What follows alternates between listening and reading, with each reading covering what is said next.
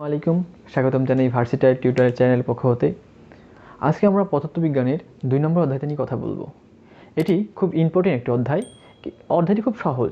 আমরা আরও চেষ্টা করব ইনশাল্লাহ আরও সহজভাবেই এই অধ্যায়টাকে উপস্থাপন করার। চলো শুরু করা যাক।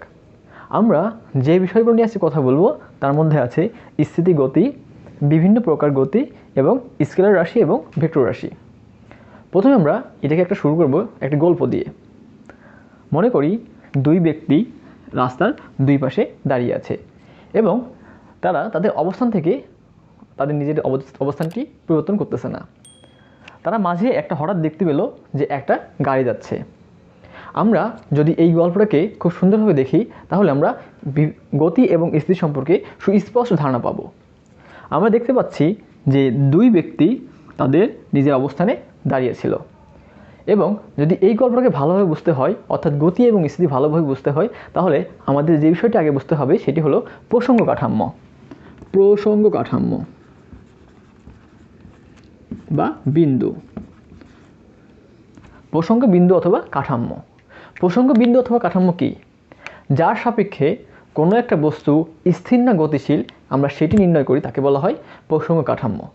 অর্থাৎ আমরা এখান থেকে দেখতে পাচ্ছি যে একটা ব্যক্তি 1-এর সাপেক্ষে যখন গাড়িটা যাচ্ছিল তখন সে বলল, 2 নম্বর ব্যক্তি বলল যে ওই 1 নম্বর ব্যক্তির সাপেক্ষে গাড়িটি গতিশীল, অর্থাৎ 1 নম্বর ব্যক্তির সাপেক্ষে গাড়িটি তার অবস্থান পরিবর্তন করতেছে।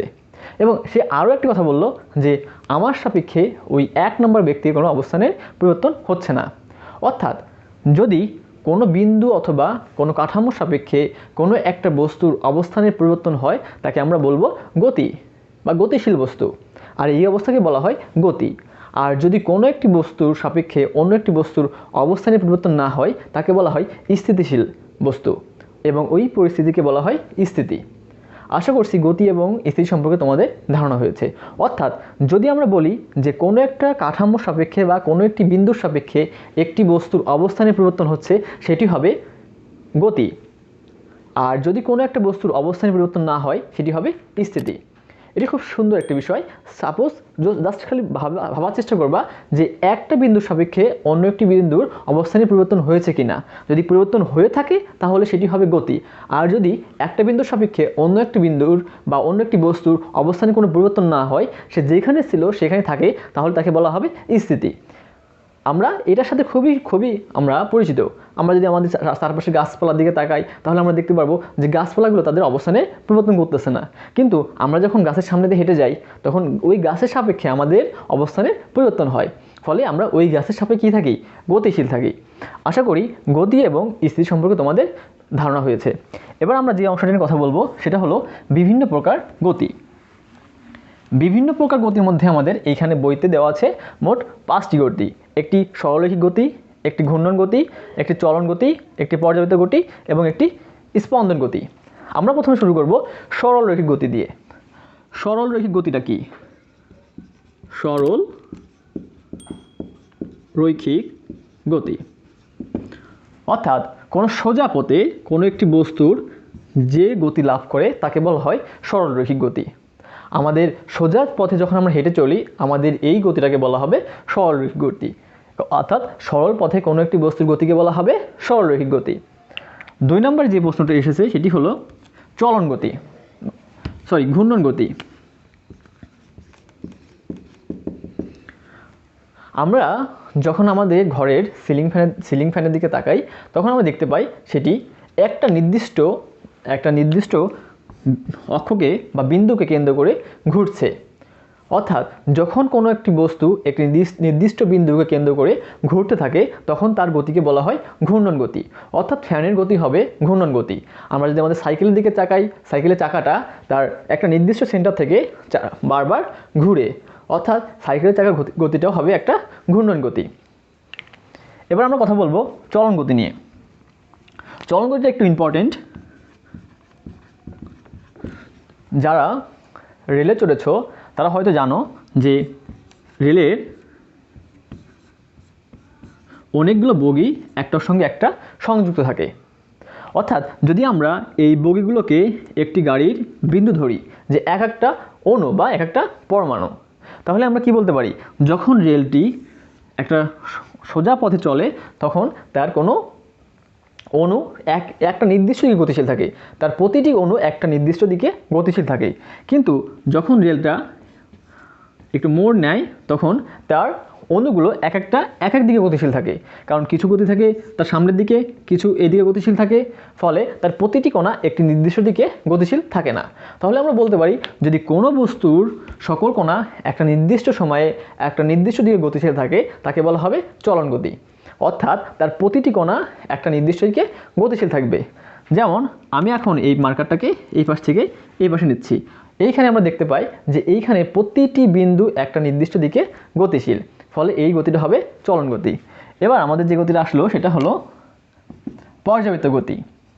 পর্যাবৃত্ত গতি আমরা প্রতিদিনই দেখি, যখন আমাদের অ্যানালগ ঘড়িগুলো দেখি, অ্যানালগ ঘড়িতে দেখি যে আমাদের 12 থেকে শুরু হয়, মিনিটে কাটা 12 থেকে চলে এবং একটা নির্দিষ্ট সময় পর অর্থাৎ 60 মিনিট পর সে আবার 12 কাটাকে অতিক্রম করে। অর্থাৎ আমরা বলতে পারি যদি কোনো একটা বস্তু একটা নির্দিষ্ট বিন্দুকে একটা নির্দিষ্ট সময় পর পর অতিক্রম করে তাহলে তার গতিকে বলা হয় পর্যাবৃত্ত গতি। অর্থাৎ এখানে আমরা দেখতে পাই যে মিনিটে কাটাতে 60 মিনিট পর পর সে 12কে অতিক্রম করছে, অর্থাৎ এই ধরনের গতিকে বলা হয় পর্যাবৃত্ত গতি। যেমন ফ্যানের গতি, ফ্যানের চাকাটা যখন ঘোরে তখন সে একটা নির্দিষ্ট বিন্দুকে একটা নির্দিষ্ট সময় পর পর অতিক্রম করে, তাহলে ফ্যানের গতিটি হবে এক ধরনের পর্যাবৃত্ত গতি। এবার যে বিষয়টি আসলো সেটি হলো স্পন্দন গতি। স্পন্দন গতি এক ধরনের বিশেষ পর্যাবৃত্ত গতি। এইখানে এটি স্পন্দন গতি পর্যাবৃত্ত গতির মতনই, কিন্তু একটা বিশেষ ধরনের। অর্থাৎ এই ধরনের গতিতে এইখানে একটু ব্যতিক্রম ঘটে অল্প একটু, সেটি হলো যে এটি তার পর্যায়কালের অর্ধেক সময় কোনো একটা নির্দিষ্ট দিকে গতিশীল থাকে এবং বাকি অর্ধেক সময় একই দিকে বিপরীত দিকে গতিশীল থাকে। অর্থাৎ যখন আমরা একটা দোলনায় চড়ি, দোলনাটা থেকে আমরা প্রথমে এ হয়ে থাকলে সেটাকে টেনে এ পর্যন্ত নিয়ে যাই, নেওয়ার পরে আমরা সেটাকে ছেড়ে দিই, ছাড়ার পরে সেটি প্রথমে এদিকে যায়, যাওয়ার পরে সে আবার সেই আগের অবস্থায় ফিরে আসে। অর্থাৎ এই ধরনের গতিকে বলা হয় স্পন্দন গতি। অর্থাৎ সেটি এর গতিপথের অর্ধেক সময় কোনো নির্দিষ্ট দিকে গতিশীল থাকবে এবং বাকি অর্ধেক সময় ওই একই পথের বিপরীত দিকে গতিশীল থাকবে, তার গতিকে বলা হবে সরল স্পন্দন গতি। যেমন আমাদের হৃৎপিণ্ডটা সরল স্পন্দন গতি, অর্থাৎ সেটি একটা নির্দিষ্ট সময় পর পর একটা নির্দিষ্ট বস্তুকে বা বিন্দুকে অতিক্রম করে। তাহলে এটি আমরা স্পন্দন গতি সম্পর্কে বলতে পারি যে এটি এর পর্যায়কালের অর্ধেক সময় কোনো নির্দিষ্ট দিকে চলবে এবং বাকি অর্ধেক সময় ওই একই দিকের বিপরীত দিকে চলবে। যদি এই ধরনের কোনো বস্তু কাজ করে তাহলে তাকে বলা হবে সরল স্পন্দন গতি। এখন আমরা আলোচনা করব রাশি নিয়ে। রাশি দুই প্রকার, একটি স্কেলার রাশি, একটি ভেক্টর রাশি। এই স্কেলার রাশিতে শুধু মানের প্রয়োজন, আর ভেক্টর রাশিতে মান ও দিক দুইটা প্রয়োজন। রাশি হলো যা পরিমাপ করা যায়, যা পরিমাণ সম্ভব, তাকে বলা হয় রাশি।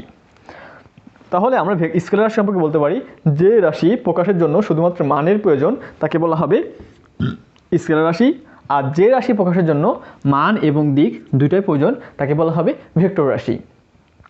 আমরা একটা সহজ একটি উদাহরণ দিয়ে এটা বুঝতে পারি।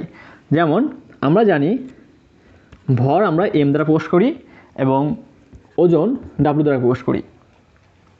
ভর সমান আমরা বলতে পারি যে একটি বস্তুতে যে পরিমাণ মোট পদার্থ আছে তাকে বলা হয় তার ভর, আর ওজন হলো w সমান mg।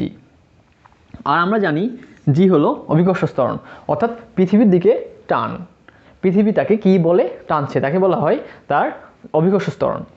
তো ফলে ভর একটি স্কেলার রাশি, কারণ এই ভর প্রকাশের জন্য যেমন কেজি আমরা যদি বলি যে এর ভর 1 কেজি, অর্থাৎ এখানে মোট 1 কেজি পদার্থ আছে। আর ওজন হলো যে ওইটি পৃথিবীটাকে কত বলে টানছে। আর পৃথিবী টানা মানে একটা নির্দিষ্ট দিক, অর্থাৎ উপর থেকে নিচের দিকে। এই জন্য এটি হবে একটি স্কেলার ভেক্টর রাশি। আশা করি তোমরা এই টপিকটি বুঝতে পেরেছো। যদি বুঝতে পারো তাহলে আমাদের পরবর্তী ভিডিওটি দেখার চেষ্টা করবা ইনশাআল্লাহ।